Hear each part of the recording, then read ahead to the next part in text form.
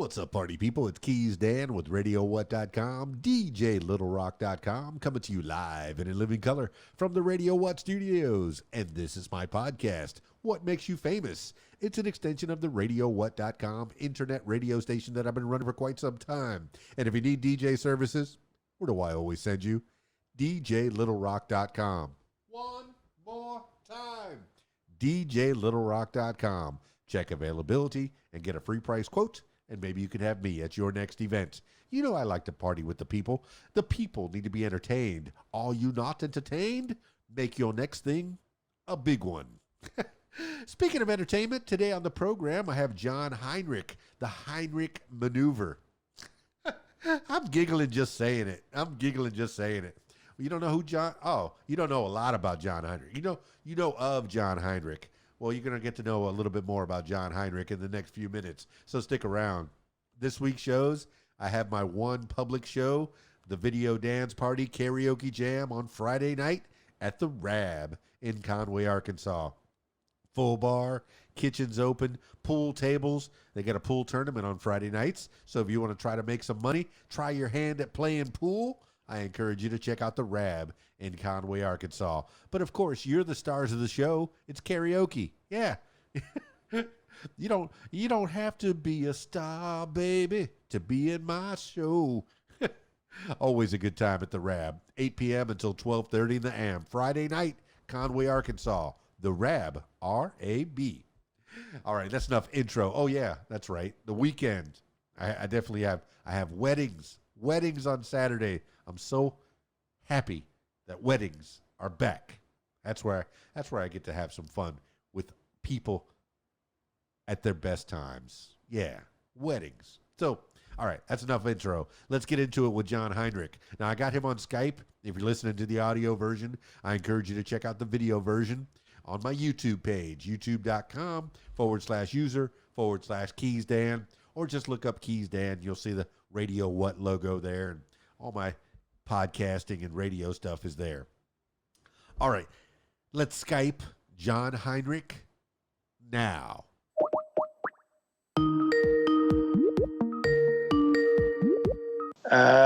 There we go. There he is. Oh, man, and it's nice and steady right in front of you. Perfect. Yeah. He's all centered up. Mr. John Heinrich, the Heinrich Maneuver. Heinrich Maneuver. Yeah, there you go. as a former paramedic, I'm familiar with the Heimlich Maneuver. But okay. Give the people an idea of what the Heinrich Maneuver is. The Heinrich Maneuver is a strategic word for my musical aspirations and guidance. Man, I dig your musical aspirations, man. I've been listening to your music all day, just kind of in preparation for this. I don't do a lot of prep work. I like to see how things unfold, kind of like a job interview or a getting to know a friend type of situation, which is cool. So I got John Heinrich on the What Makes You Famous podcast, and, give the people an idea of who you are. Well, I'm a musician working here in Nashville, Tennessee. I play a bunch of different instruments, and that's what I do. In fact, after this show, I'll probably go out and play some steel guitar or English horn on some tracks. And anyway, of course, I'm currently working with Ronnie Milsap. This Friday, we'll be in Wabash, Indiana. And then we've got another date after that. I think it's in Illinois. I don't have the schedule right in front of me, but that's what I do. Sometimes I do work on songwriter demos, or I build songwriter demos for clients and whatever if they need something like that. I've done producing on 10-song projects or more or whatever they want. That's basically what I do. But well, you're hanging there in Music City, Nashville. I haven't had the pleasure of spending a lot of time there. I've been to Memphis, to visit Graceland, to visit the King and Sun Records and Stax, Stax Records and those places. But I haven't been as far east. I think I've traveled through on what's the road that goes through? I-40 goes all the way through? I-40 and goes through from east to west or west to east, and I-65 goes from north to south. Okay, my mom just bought land somewhere somewhere south of Nashville. She bought a house, a small house, and they're building a log cabin there. So it's going to give me reason to go and visit the motherland of music, country music, but music in general, really, because it's not just country music that comes out of there. All kinds of music. And is it still? I see the pictures. I see the billboards. I mean, that was a thing. Is to have the artist with their billboards up on the sides of buildings. That just makes them feel good. If a record company is trying to seduce an artist into going with their label, that they'll put up a picture and say, "Look what we did for you. Come sign with us. Come sign with us." Well, you're with the great Ronnie Milsap, amongst other people, and that man's been, I can't believe he's still doing it after all these years. I know that recently he lost his significant other, his wife, right? Recently. Yeah. And I mean, how's he been getting around and getting along since then? Well, I mean, he knows that she would want him to do that, because I mean that's his life, and that's all he's really ever known. And Ronnie knows that. Ronnie also knows that when he quits, he ain't going to be around much longer. Very good. Well, that's it, man. I don't want to retire. Every year I think, am I too old to be a DJ? Am I too old to be talking into microphones? Are the kids still relating to me? Can I still relate to a group of people? Yeah, I guess my demographic might get older and older, but I still do a high school prom here and there. I mean, I wonder, when you look out into the crowd, when you're playing your steel guitar, or when you're playing your saxophone, amongst others. I don't even know how many instruments you play. When you see, does the demographic, do the crowd get older, or are you still getting an appreciation from even younger people as well? Yeah, I mean, there's a lot of younger people that come out to those places, because I mean their parents played that kind of music, but I mean it's mostly older people, but there is a lot of younger people that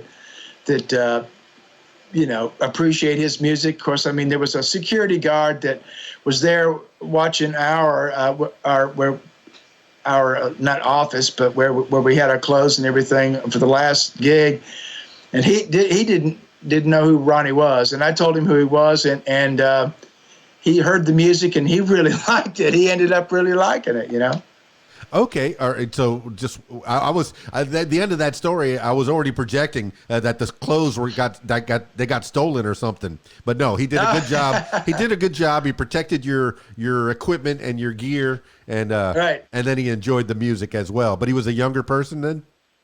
Yeah, he was probably in his late teens, early 20s, or somewhere in his 20s for sure. You know, once you get to a certain age, everybody under 30, under 40, they're all babies. I can't gauge age anymore. I'm 52 years old, and I'm thinking, is he 27 or 17? Or is he 12? I don't know. I can't tell. Is he a big kid? But, I'm thinking about age and stuff like that. But you've been doing this a while. Give the people an idea of how you were growing up. Did you always grow up in the Tennessee area, or did you have some siblings or a family that was in the biz? Tell me about a young John Heinrich. Oh, a young John Heinrich. Well, I was born in Poughkeepsie, New York in 1951, and my dad's with IBM. I'm being moved, and we were moved to Lexington, Kentucky. That's where I really grew up. From 1957 till about 1979.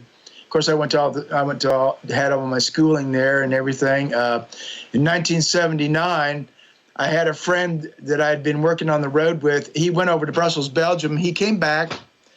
I was playing in a club there in Lexington, Kentucky. He came in and said, "I've got a job over in Brussels, Belgium for 2 months. You'll see a little bit of Europe, and then we'll come back." So I said, "Okay." Well, I left in March of 79. I came back in August of 85. Now, that's something that you can do in your 20s. We're learning from you, John Heinrich. This is what you do. In your 20s, you're still made of rubber. You got your Wolverine powers. You can go all over the world. Do it. See the place, man. And then, when you're 30, settle down. Maybe. If that's your lot in life, if you want to find a mate, a partner, wait till you're 30. I tell the kids, whenever I do have time to speak to any of them, I go, you can date after you're married. Wait, get your schooling done, whether it be, Yeah. actual Yep. school or school of life, which is what it looks like you did. You got a little schooling of life. Did you actually get into college too and learn some music or what you do? Yeah, I did a little bit of college. My major in college was stand-up bass, and I went a year. And then after that, I decided, well, if I'm going to go into music, I need to go into it as a fanatic and like it, even when it's not going right or going the way that I want it to go. You stand back and you say, I still love it. That's what I want to do, and it's worked for me so far. Well, I mean, you are not in just one genre. You dabble in a lot of different genres. If you get, hey, the listener, I encourage you to check out the YouTube page because it's jam packed, full of different kinds of music. You got your country, but the one thing that it seems like you've been dabbling in lately, and maybe throughout, is jazz. Are you a jazz man down to the core, or where is your love? Where is your heart? I like to borrow from jazz. Of course, I mean, I guess I consider myself, as far as the saxophone goes, I consider myself a pop or pop. I don't know if you can use that phrase anymore. Commercial player for whatever they need. But I mean, I like jazz. Like I say, I borrow from it. I don't want to get too far away from to where people would say, "What's he playing now?" That kind of stuff. You know what I mean? Now that's okay too. And I would go out and listen to people like that and appreciate that. There's a lot of people that would go out and they'd listen to about 3 minutes and they'd say, let's go.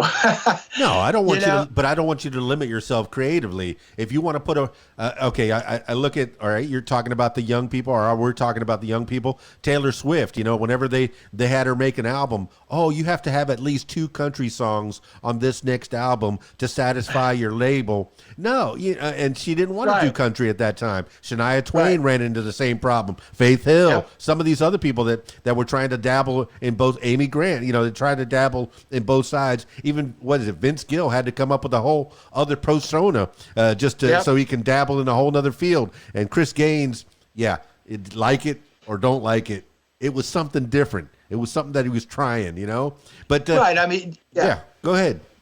You got to be true to yourself. You got to whatever's coming out in your soul. That's what you need to be doing, because in the end it'll probably end up good. That's how I feel about it anyway. Well, people that are listening to the audio version of this aren't going to get to see your pretty face and the background. You see, it looks like you have a lot of books up there and some wood paneling. It looks like a real nice country home that you got great. there. Yeah, and it's right there in just outside of Nashville. Give me a tour of what does John Heinrich like to do when he's in Nashville? Do you spend all your time on Broadway or in the studio, or do you have I guess you have a studio at the house, because you said as soon as you get off of this, you're going to lay down some tracks. Yeah, I've got a studio in the house, and I've got a studio over by Opryland area. If you know where that is, that's East Nashville, across the river there. Golly, yeah. That's what I do. I'm usually at the studio working on some tracks or doing some stuff. But just recently, well, not recently. What am I talking about? Maybe about 10 years now. I've been working feverishly on oboe and English horn. I really get off on that. What? No, you just did something that I do all the time. I go yesterday. Oh wait, that was 4 years ago. Yeah, I still think of the 90s as 10 years ago. No, right. No, it's not, But what is it that you have back there on your shelf there? Is that books or CDs or combinations of both? There's a combination. There's CDs, some books, and I think, a couple DVDs and stuff like that. Yeah, there's a bunch of stuff. Recommend some stuff for the people. What does the John Heinrich get into when you're not putting out music for the masses? What are you reading? What are you listening to?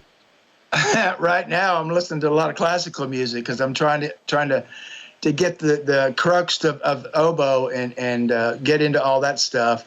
But I mean, I listen to pop music, what I call pop music, probably 80s, 90s, and some, of course, I mean the Beatles. That's why I'm playing music, really. Stuff like that, you know. You don't Okay. even go back that far. You're a Beatles man. Beatles or Elvis. That's usually the scale, you know. Right. But some people can. I like both. I do like both. You know. Yeah. But where do you Yeah. get all? You know, where do you get your heart from? Now Conan O'Brien on his podcast, he'll say Beatles or Rolling Stones. You can't even put them in the same category because Right. Beatles is all over the spectrum. You know, every genre of music the Beatles touched. You know, the Rolling Stones are primarily in that rhythm and blues type, and they stay there. That's where they live. So really, you can't. I don't know. For me, I can't keep them together. But in Poughkeepsie, New York, are you learning how to play music back then? Are you in the band, or are you into sports? Are you an artist of some kind? What are you doing as a kid in Poughkeepsie? Oh, I'm kidding, Poughkeepsie. That was for my first 7 years. I was just listening to the Everly Brothers and what was the name of that song? Ghost Riders in the Sky. Back then, you know. Was that the Johnny Cash version of that? It wasn't Johnny Cash, but it was somebody that had a real deep voice, and I can't remember who that was, to tell you the truth. Well, I'm partial to the Blues Brothers version of it myself. There you go. Yeah, that is good. But no, I kid. But all right, so you spent the first 7 years, but then you went to Kentucky for your dad's IBM job. Was he an engineer, or what kind of work was he doing at IBM? And did you learn anything from him? He was doing quality control. They'd take like they did typewriters back then. The selector had that ball. Mm-hmm. I don't know if you remember that, but he would take maybe like every 10th typewriter, and he would take it off the line, type, and if there was something wrong with it, he'd have to write that up, send that back to the people that do work on all that and put all that in the machine so that they could troubleshoot it, you know. That's what he did. But I think he did a lot of teaching towards the end of his career there at IBM. That just wasn't for me, though. So he was the UL Labs before UL Labs was invented. You know, quality control. I guess was that in the 50s and maybe the 60s. Was that what the companies were in control of their own quality control? Because I think now you send it to an impartial laboratory, the UL Labs, if I'm not mistaken, and maybe a few others where they'll put inspected by 5, and do an independent inspection. I guess I don't know. I guess it's better. It has to be better if they're independent, they're impartial, and they're not. They don't have any skin in the game. It's a lot easier to cut corners if the boss is telling you, "Hey, we gotta slide these through. We'll fix them. We'll fix them if they bring them back, if they return them, right?" Right. But no, that sounds like a dad that's a hardworking man. And I had a stepdad that was into computers and electronics, and he worked for an electronics company. And I remember that was something that I learned back in the 80s when I was growing up. He would show me how to solder different little computer pieces and such. But no, but that's a whole nother story. But John Heinrich. So growing up, what did you learn from your dad? What kind of a dad was he? Was he?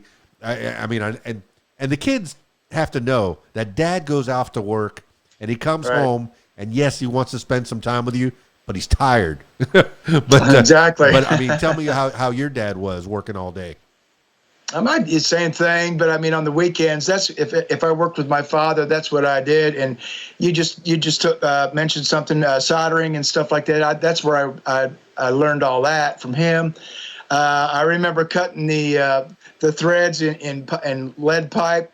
Now that they used lead pipe back then for the plumbing, stuff like that. Of course, the house painting and stuff like that. I mean, I'd help my father with that, and that's where I learned a lot of stuff like that. My dad was really into getting down in the shop and doing projects, making chairs and stuff like that, lawn chairs and painting it, and he just got into that.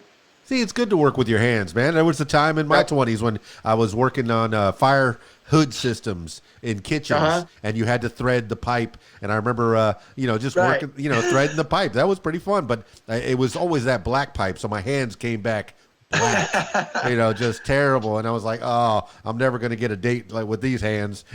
Right. But That's right. But hard work and learning how to work with your hands, that's a nice skill to have. Yeah. And then Yeah. you work with your hands playing different instruments. Now, Oh, let's yeah. go into that. Where was the first instrument? You had that upright bass. Was that the first thing that you touched and you fell in love with, or did you have instruments previous to that? No, that was a bass guitar. Electric bass guitar was my first instrument, really. I mean, I had a guitar. I started off with a guitar, but I took all the strings out except for 4 strings, the last 4 strings, and that's where I started out.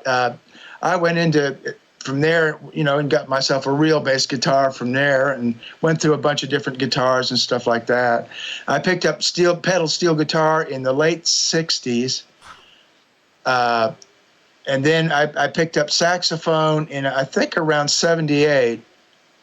Dang. I picked up flute when I was in Germany, when I was living in Germany, because of all the classical music there. And then when I came over here, I picked up oboe, probably, like I say, about 10 years ago, because of the song "Superstar" by Carpenter? She passed. The Carpenters? Yeah, the Carpenters, right. No kidding. Superstar is a fantastic song. Yeah. It starts off with a oboe thing. It does. It does. It absolutely does. Now you kind of glossed over it. The necessity is the mother of invention, and you tore off 2 of the strings and made yourself a bass out of a regular guitar. That is ingenuitive. That's something, was that out of necessity? Hey, I didn't have money for a bass, but I needed a bass. Now, a lot of times, and I've talked to a lot of musicians here, and in particular bassists, and they'll say, well, I was a guitar player, but this band needed a bass, so I became a bassist. Is that what happened to you? No, what happened to me was I knew I had it. I knew I had it, whether I played guitar or bass, but I knew that there was going to be too many guitar players. And that's why I went for bass. Yeah. Now, I've seen some of the bassists that in bands, and they do have a lot of character. Do you make the traditional bass face where you make a lot of faces while you're playing your bass, or is it just a standard? You're pretty mellow, pretty calm guy. I was a pretty calm guy. I mean, we were played rock and stuff like that, Led Zeppelin and stuff like that. Of course, the first band I was in, we played a lot of stuff from that era, and a lot of Beatles stuff, of course. And then later on, I got into the rock. But no, I never did get into that making those. Exactly. Oh my goodness! You should have seen the face. Yes, if you're listening, go to the video and check out the quasi bass face. He'll have his mouth open or tongue hanging out. That's you see some of these bassists. I guess there's two ends of the spectrum. You could either be Flea from the Red Hot Chili Peppers, which is really way out there, or you could be Sting with the Police. Very collected. Just cool. Very cool. That's right. That's right. Now, you're a songwriter, and your bio here on Facebook says musician, songwriter, producer, publisher, and performing with Ronnie Milsap. We've already gone through that part, but the musicianship. Do you do any vocals? Yeah. What? Did I send you my project called Three Faces? I do not believe you have, and if you have, it would be playing on RadioWhat.com. Oh, wow. Well, I'll have to send it to you for sure. Tell me about Three after Faces. we get off from this. Send me your address, and I'll mail it to you. Yeah, tell me about Three Faces. That was a thing that I knew I wanted to do, and I'm working on the next project, what I call a pop vocal project. What I did with Three Faces was I took songs that I thought were really good, and then I sang one song. called Leap into the Storm of Time, which is on YouTube. And I got a bunch of other singers and brought them in and had them sing the certain songs, that's the same thing that Alan Parsons did. Okay, You yeah, know? I'm familiar with Alan Parsons, but tell me about you're talking about bringing in guest singers. Right. Like Santana always did, Yeah. you know, and Alan Parsons. I didn't realize that he had done that. Okay, so Alan Parsons really doesn't sing. It's Right. It's his He's an engineer, project. a That's producer. right. Okay, that makes sense. That makes a lot of sense. But I remember Santana famously did that too. He would play, yeah. you know, his PRS primarily guitar. And then he would have guest singers come in, and it was always Carlos Santana, Quincy Jones, same thing. You know, so that's what the Three Faces project is there the Heinrich Maneuver project? Yep. And That's right. Now you have a band, or is it you inviting other people? So Heinrich Maneuver is you. Right. Okay. And now do they go to that same you record in that same studio that's just east of the Grand Ole Opry there? It depends. That's not a real big studio. It's basically a closet studio. I'll go to another studio. I know a lot of the games in town as far as studios go. I know what the rates are. It depends on what I'm wanting to do. But I'll go do the tracks somewhere else, and then I'll bring it in and then finish off vocals. But there was one song that I had called Hey Molly, and I sang it, but the only reason I sang it is because I wanted to send it out to a guy that I know in London. Then he would send me back his vocals, and I would just bring those in, which is what I did. Man, that is something that the internet it can be used for good. I just spoke to no less than 3 different musicians over the last couple of weeks that are in projects that are collaborating with people all over the world. You know, the Middle East, Germany, Australia, and maybe they have never met in person, but they're sending their guitar tracks over there, drum beats over here, and hey, remix that over there. It's amazing what can be done. Now, tell me about the studio that you have in your house for people that want to maybe try their hand at recording at home. What is the minimal that you need? I mean, I'm figuring for $1,000 you can get yourself a computer, a good mic, but tell me about the specific type of equipment that's sitting in your home that you're able to record at least demo tracks or whatever, or maybe good stuff, maybe, master things. I guess I could. Of course, I would have to take it to my other studio by Opryland and finish it out. But for I've got a track that I need to put steel guitar on, and all I need is I've got a Mini Mac, and then I've got Pro Tools 8, which that's an older version of Pro Tools 8, but I don't need the best quality on that, because all I need to do is just get a good signal on the track. I mean, there's different formats, Cubase, Nuendo, and stuff like that. I mean, and they're good too. All you need is something like that. And I've got a really good vocal mic that I use, a couple different mics. If I do saxophone, I'll use like a 421 Sennheiser. And the one right now I'm using, I can't remember. I think it's a Sennheiser too, but it's my girlfriend's. She plays fiddle. What? She used to play for Porter Wagner back in the day. Well, that's fantastic. You met you met a good one. That understands that. She knows, right? Yeah. Now, are you a touring musician, or do you stay primarily in Nashville? Are you still touring all over the world, or are you staying pretty close to home? I'm staying pretty close to home. I mean, Ronnie, he's 70. He's going to be 79 next year, and we just do like occasional weekends, and that's perfect for what I want to do.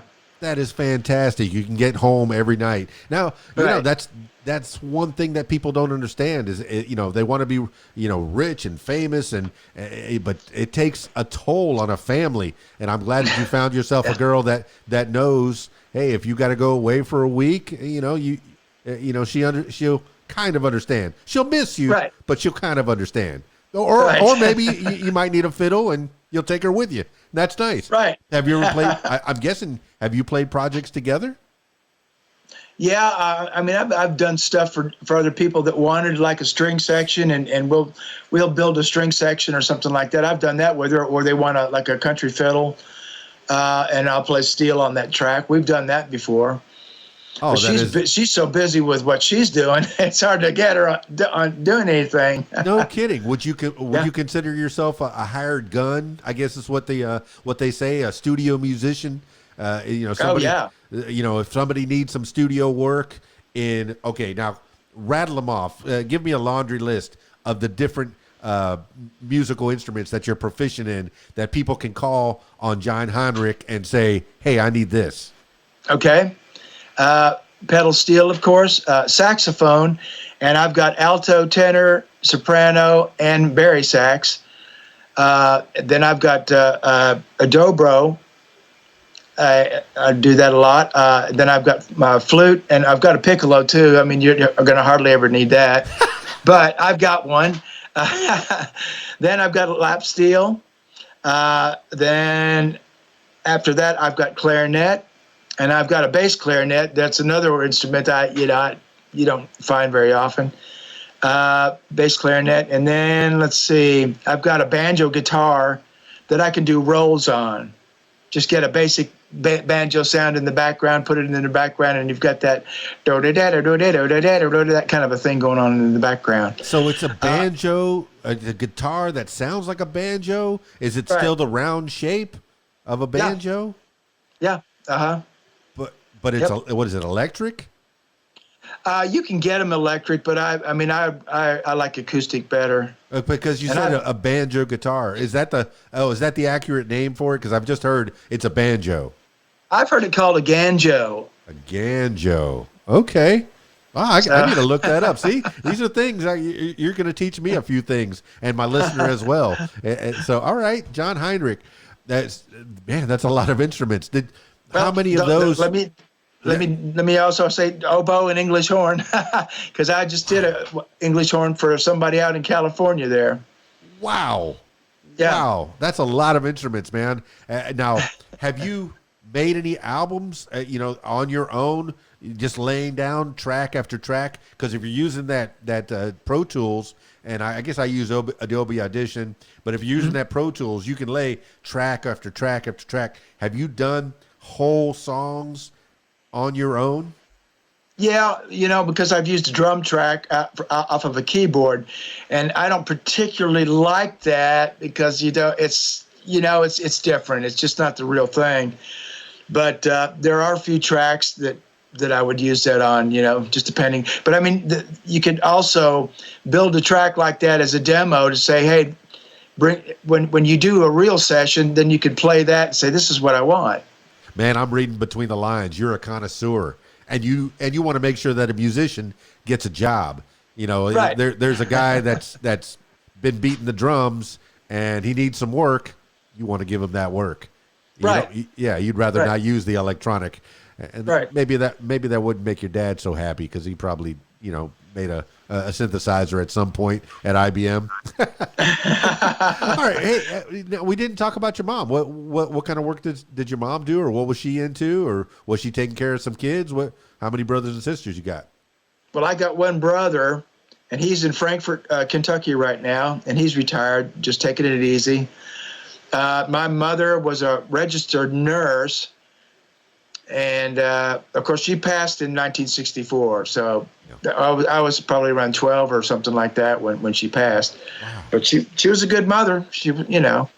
Wow. So losing your mom so early, my goodness, that's terrible.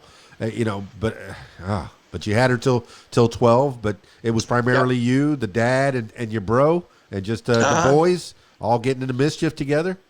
Oh boy, did we! Yeah, I had a brother too, and I used to like to play in the woods, and I guess we grew up in the Everglades down in Florida, But kids today, and I know I get older every time I say it. Kids today, they don't play outside; they play on their video games. Get outside and play. Go ride some dirt bikes. I mean, what kind of mischief do you get into with your brother? Oh boy! Well, I don't know if you remember a actor by the name of Jim Varney. Oh yeah. He was in the Hillbillies. That was one of his bigger things. Anyway, we used to have a rope ladder. We used to, and he'd come over and spend the night with my brother, and we'd throw that rope ladder out the top window there and go out and terrorize the neighborhood. That's what It was boys a lot do. of fun. That's what boys do. And That's what we do. and then having a dad. Dads are real lax. Dads will let you get into trouble and say, "Oh, let him touch that fire. He won't do it again." I did that. Yeah. I did that. But all right. Well, shoot. Well, that tells me a little bit about how you grew up and how you got into the world. And I'm glad you have your brother. What kind of mischief what kind of work did your brother do? Oh golly, he just did a bunch of odd jobs. He's one of those people that he didn't really lock into anything. He just did different jobs, whatever he wanted to, whatever was good at the time, and if it paid good. Yeah. I know he tried. He was really interested in working at shoot, I can't think of the name of it right now. But anyway. Yeah. So really, you can either work to live or live to work. And I'd rather work so I can live. It doesn't matter what job you have, as long as you can have your family and take care of keep a roof over your head and food on the plate and all that kind of thing. But as you progressed and you got out into the world and you started your band, were you primarily doing covers, or were you doing songs that you wrote when you first started out and moved off? I guess this is in the 70s, late 70s. No, that was in the 60s. Oh, actually. the 60s. Wow, I forget. You were born in the 50s, in the early 50s.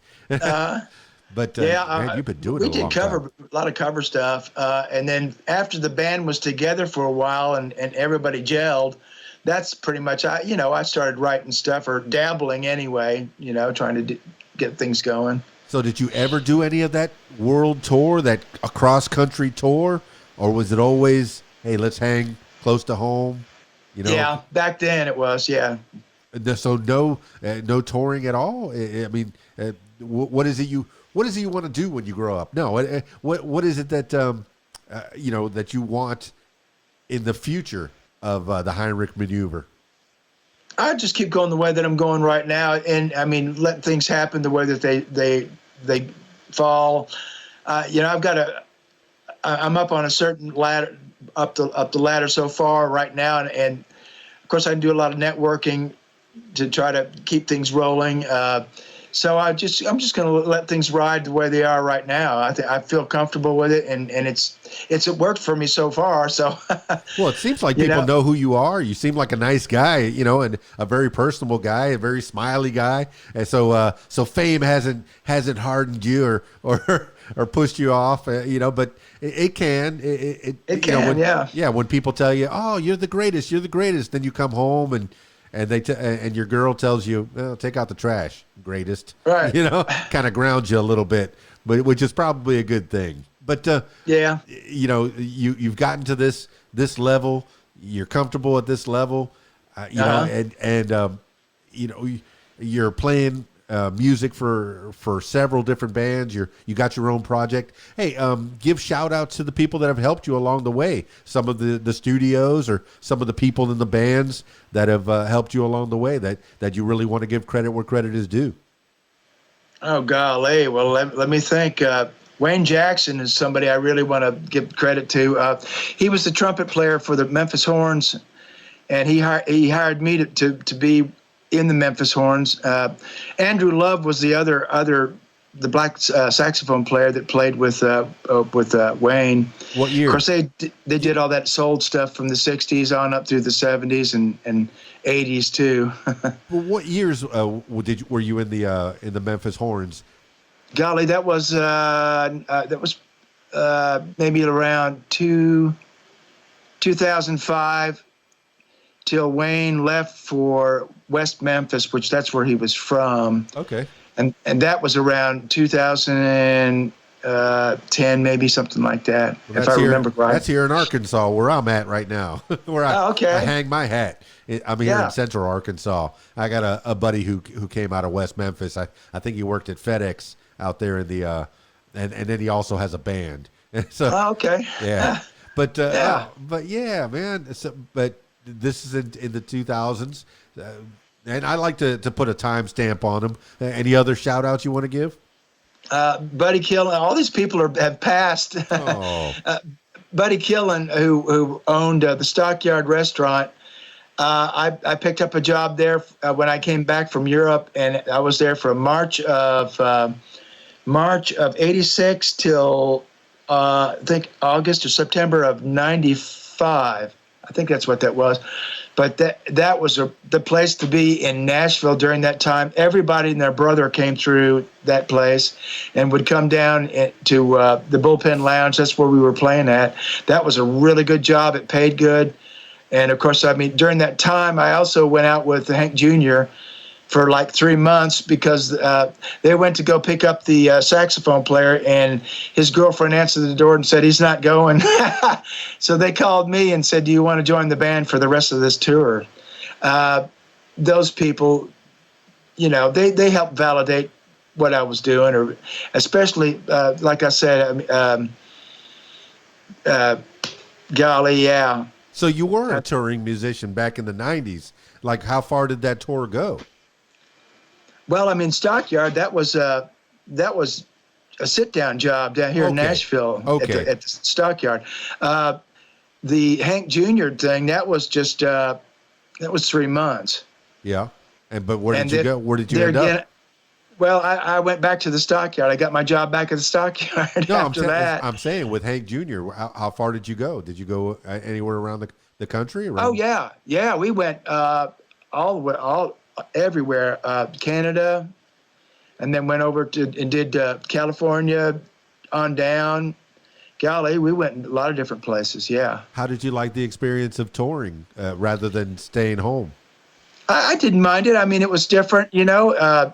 The only thing that I didn't like is I wasn't used to riding in a bus like that, and he told the drivers, he said, get there quick, and don't worry, I'll pay for all the tickets. And buddy, we were rocket. It was a rocket ride. So you're trying to sleep between, right. You know, while this guy is hauling booty down the highway. Yeah, I can imagine that it's not ideal. You know, I right. wonder about situations like that. I've done a little touring, you know, as a DJ going across country, but not a lot. And I like staying home. I like staying within, you know, my 100-mile radius. You know, that way I can be home every night.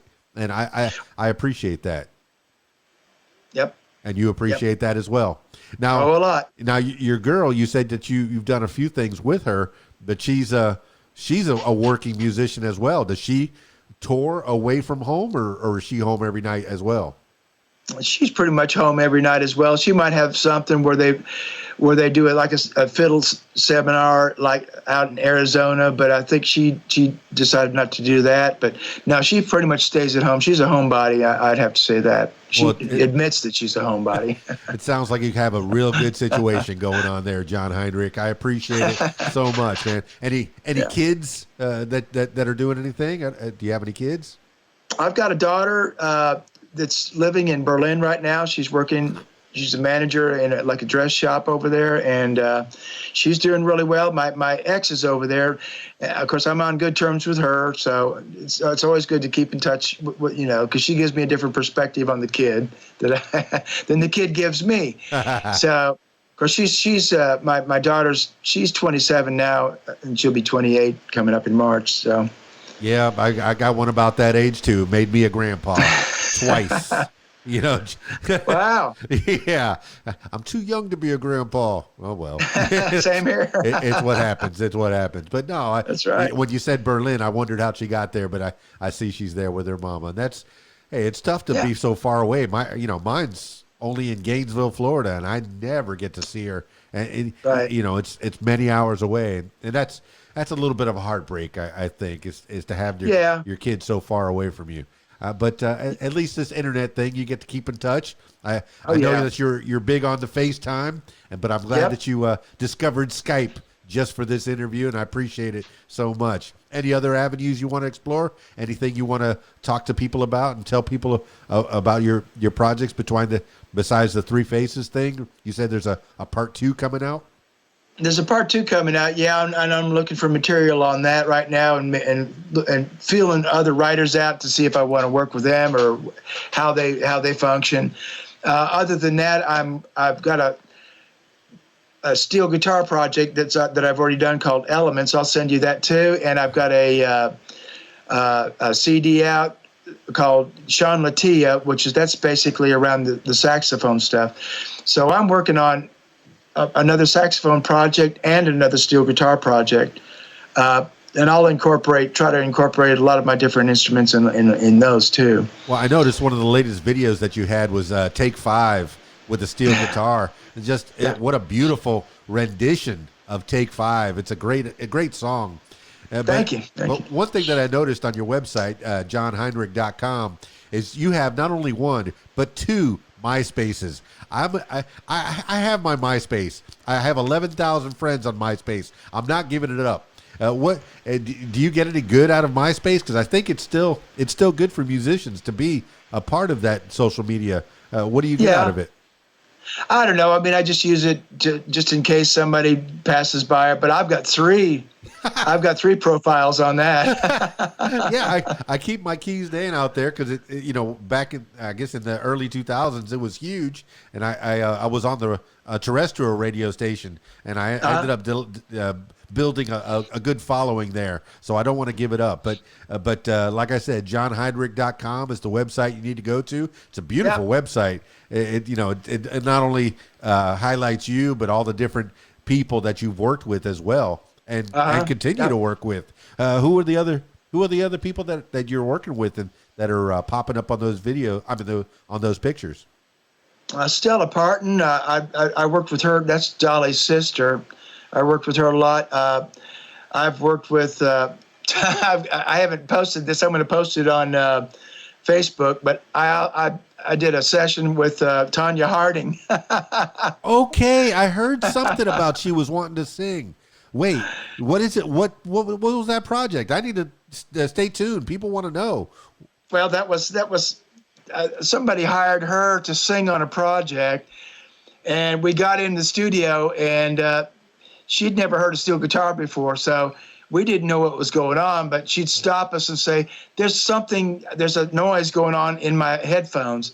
Well, we figured out it was a steel guitar. So I told him, I said, look, I'll wait till she sings, and then I'll put my steel guitar on. You got to let Tanya know that noise is supposed to be there. It's supposed to be there. That's right. I know she's had her ups and downs, man, but I think all in all, she's a nice person, and it seems like that was a bad thing that happened way back when with the skating incident and all that.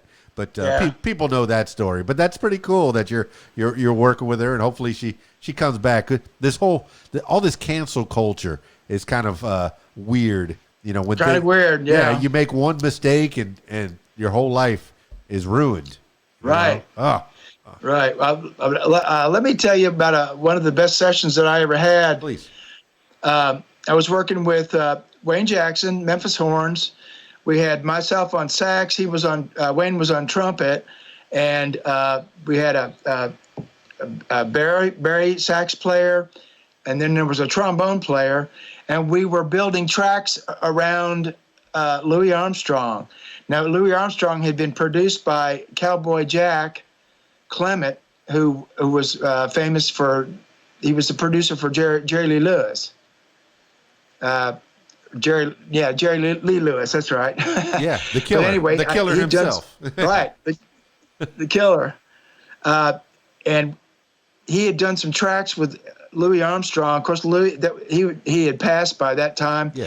But it was so cool to hear him come through the headphones.